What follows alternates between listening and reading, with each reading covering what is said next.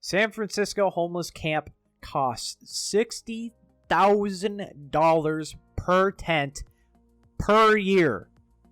Just another reason why California is the worst state in the U.S. No debate. There's no debates. Today, in liberals make wonderful capital allocation decisions with your tax dollars news, it turns out solving the homelessness problem that has, along with sky-high taxes, been plaguing San Francisco, driving residents out of the city and the state, is a costly endeavor. In fact, a homeless encampment run by San Francisco's costs the city $60,000 per year per tent. Not the entire encampment. Per tent. So they could use that money to, build a building or a homeless shelter, or give these people this money to at least try to help them. But nope, the San Francisco just wants to let these people be homeless, not help them, not give them mental health help.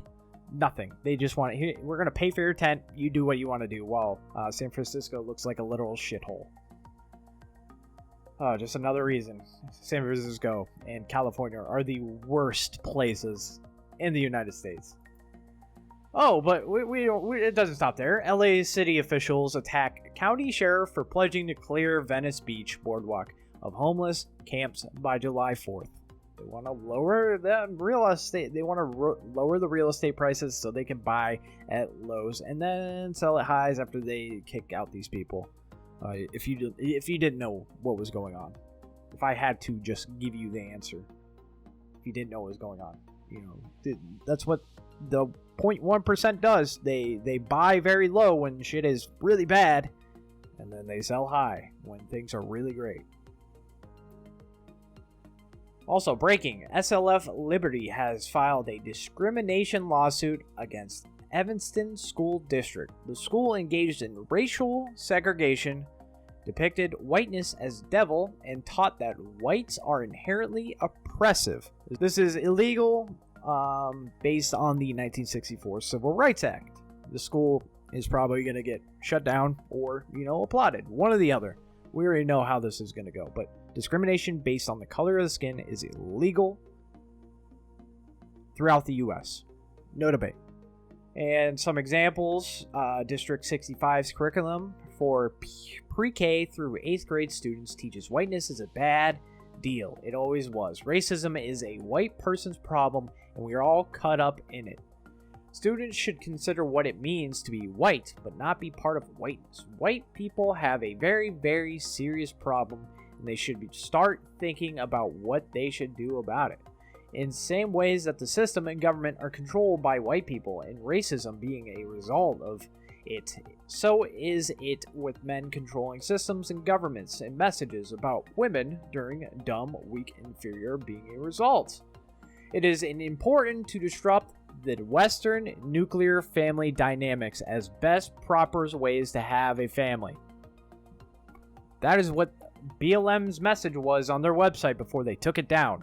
That is a Marxist ideology. That is a Marxist term. To disrupt the Western nuclear family. What hurts the black community the most? Disrupting the nuclear family.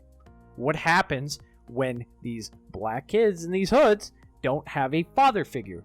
They turn to gang violence because it's easy to influence them.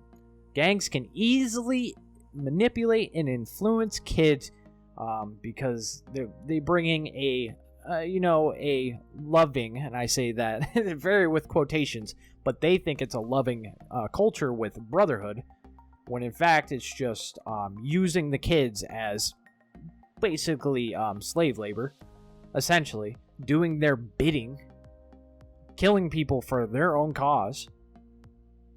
The higher-ups in those gangs aren't going to do it themselves. They're going to have these ignorant kids that don't have the father figure do it for them. It's the same thing in Antifa.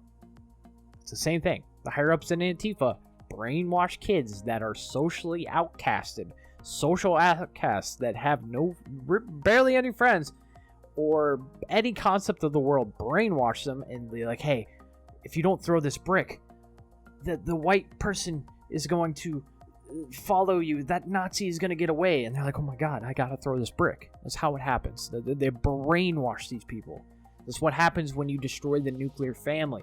You get rid of the father figure. That's why the crack epidemic it is still showing rippling effects on the black community, because it took a lot of the fathers away from that situation, away from homes. San Jose, and last but not least, why California is the worst state in the U.S. No contest, none. San Jose becomes the first city in the nation to require gun owners to compensate taxpayers for gun violence. A symbolic step towards addressing soaring shootings deaths, including last month's massacre at a Santa Clara VTA light rail yard.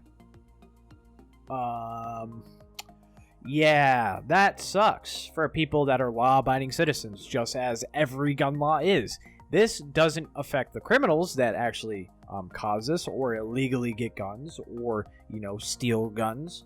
No, this affects a law-abiding citizen who just happens to own a gun because they want to protect themselves. It's the same situation that happens in Chicago. Chicago has one of the harshest guns restrictions in the entire U.S., and they have one of the higher, if not the highest, murder rate in the U.S. What happens? You get thrown in jail if you have a gun, but criminals, they have guns. They don't follow the law. They aren't going to turn in their gun. They cause crime. They cause the crime to rise. They cause shootings to go up. But of course, these politicians do not care about you. They just want to save face. They just want to look good for the media and the masses of stupid people who don't pay attention. But that is going to be the video, guys. Let me know in the comment section below what you think, and I'll see you guys in the next video. Bye.